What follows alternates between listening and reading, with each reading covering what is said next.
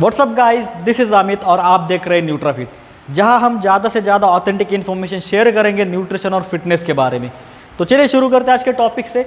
और आज का हमारा टॉपिक है वेट लॉस और फैट लॉस। जानेंगे इन दोनों में क्या डिफरेंस है, कौन सा ज़्यादा सही रहेगा फॉलो करने के लिए, और ये भी देखेंगे कि वेट ट्रेनिंग और कार्डियो एक्सरसाइज क्या रोल प्ले करते हैं हमारे बॉडी गोल्स अचीव करने में।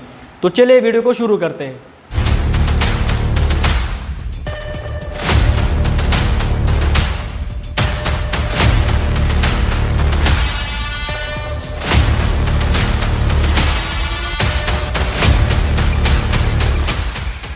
तो दोस्तों, जब भी हम बात करते हैं वेट लॉस की, तब हमारे बॉडी में से मसल्स और फैट्स दोनों ही कम होते हैं।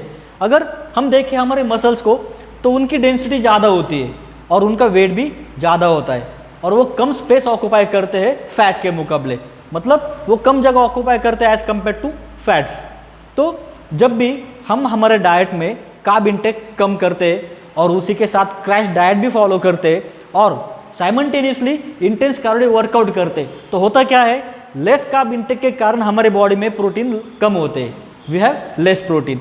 और इंटेंस वर्कआउट जब भी हम करते हैं तब हमारे बॉडी को एनर्जी सोर्स चाहिए होता है, तब वो जो प्रोटीन है उसको यूज़ करती है as a energy source instead of fats.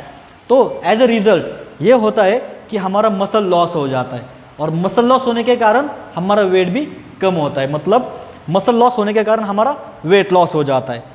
अगर हम देखें, ये जो मसल्स होते हैं, मसल्स में 75% वाटर होता है। Muscles contain 75% of water.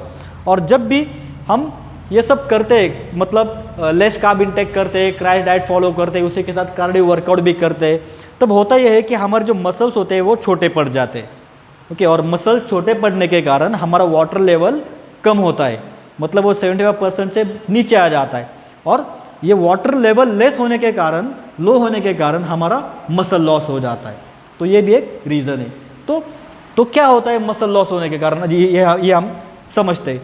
तो जब भी ये मसल लॉस होता है तब हमारे बॉडी का जो BMR होता है, BMR मतलब बॉडी मेटाबॉलिक रेट, जिसे हम BMR कहते हैं, तो वो लेस हो जाता है, वो बहुत कम हो जाता है। मतलब BMR कम होता है, और BMR कम होने के कारण हमारे जो फैट परसेंटेज है वो इंक्रीज होते हैं। ओके, फैट्स बढ़ना शुरू होते हैं। तो देखते हैं फैट्स के बारे में।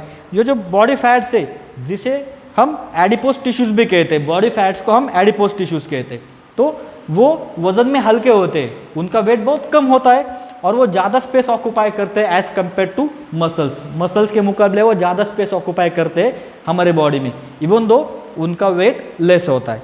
तब जब भी हमारे बॉडी में फैट लॉस होता है तब हम इंच लॉस देखते हैं, मतलब हम प्रॉपर शेप में आना शुरू होते हैं। ओके, जब भी हमारे बॉडी में से फैट लॉस हो जाता है, फैट्स कम होना शुरू होता है, तब हम हमारे नेचुरल शेप में आते हैं या फिर एक प्रॉपर शेप में आना शुरू हो जाते हैं, जिसे हम इंच लॉस भी कहते हैं। फॉर एग्जांपल, अगर आपकी कमर जो है वो 38 है, तो वो 36 तक आ जाती है और उसके नीचे भी आ सकती है।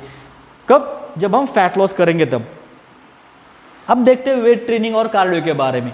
जब भी हम वेट ट्रेनिंग करते हैं तब क्या होता है, हमारे मसल टिश्यू ब्रेकडाउन होते हैं। वेट ट्रेनिंग जब भी हम करते हैं, ओके, मतलब जिम में हम जब वेट ट्रेनिंग करते हैं तब हमारे जो मसल टिश्यू है वो ब्रेकडाउन होते हैं, और ये मसल टिश्यू ब्रेकडाउन होने के कारण हमारे बॉडी को एक काम मिलता है। क्या काम मिलता है? वो मसल टिश्यू रिपेयर का काम मिलता है। ओके, बॉडी एंगेज रहती है वो मसल टिश्यू रिपेयर में, और जब भी बॉडी मसल टिश्यू रिपेयर करती है तब हमारा जो मेटाबॉलिज्म है वो हाई हो जाता है, वो इंक्रीज हो जाता है। मेटाबॉलिज्म बढ़ने के कारण बॉडी का BMR भी बढ़ जाता है, और ये BMR बढ़ने के कारण हमारे फैट्स जल्दी लॉस हो जाते हैं। वेट नहीं होता लेकिन फैट्स जल्दी कम हो जाते हैं। कब? जब हमारा BMR हाई होता है। और BMR कब हाई होता है? जब हमारी बॉडी वो मसल टिश्यू रिपेयर का काम में एंगेज रहती है तब।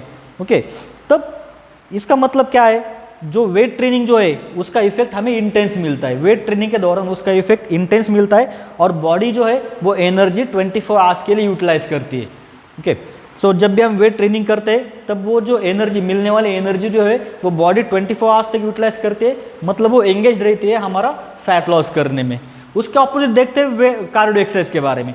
जब भी हम कार्डियो एक्सरसाइज करते हैं तब हमारी बॉडी जो है वो मिनिमम 45 मिनट्स तक वो एनर्जी यूटिलाइज करती है, मतलब 45 मिनट्स तक ही वो काम करती है, और हमें उसका कोई इंटेंस इफेक्ट नहीं मिलता कार्डियो के दौरान हमें उतना इफेक्ट नहीं मिलता जितना हम वेट ट्रेनिंग के दौरान जो इफेक्ट मिलता है उतना। तब तो कंक्लूजन हमें ये मिलता है कि वेट ट्रेनिंग एक बेस्ट ऑप्शन है हमारा फैट लॉस करने के लिए, वेट लॉस नहीं बल्कि फैट लॉस करने के लिए। अगर आप फिजिकली एबल हो और फिजिकली कैलिबर हो तब आप वेट ट्रेनिंग कर सकते। Age is not a number, क्योंकि आप कितने साल के हो वो मैटर नहीं करता, लेकिन आप फिजिकली कितने स्ट्रांग हो, कितने एबल हो वो ज़्यादा मैटर करता है। तो अगर आप फिजिकली कैलिबर हो तो आप वेट ट्रेनिंग कर सकते, okay, no matter what is your age. तो वेट ट्रेनिंग कौन कर सकता है? तो जो भी फिजिकली कैलिबर है और जिसे लगता है कि ओके मैं फिजिकली फिट हूँ या फिर मैं लायबल हूँ फिजिकली वेट उठाने के लिए, मैं जिम जा सकता हूँ, वेट ट्रेनिंग कर सकता हूँ, तो वही लोग ज़्यादा ध्यान दे वेट ट्रेनिंग पे। ओके, इसका मतलब ये नहीं कि कार्डियो एक्सरसाइज अच्छी नहीं है, कार्डियो एक्सरसाइज के भी उतने उसके अपने अपने बेनिफिट्स है, कार्डियो एक्सरसाइज भी ठीक है, लेकिन कार्डियो एक्सरसाइज वो सबके लिए ठीक नहीं है। वो सिर्फ जो लोग वेट नहीं उठा सकते physically, those are not liable of doing weight training, उनके लिए कार्डियो एक्सरसाइज एक बेहतरीन ऑप्शन है। ओके, तो दोस्तों वीडियो अगर अच्छी लगी तो do like the video, share and subscribe to Nutrafit. तब तक के लिए good bye, stay healthy, stay fit.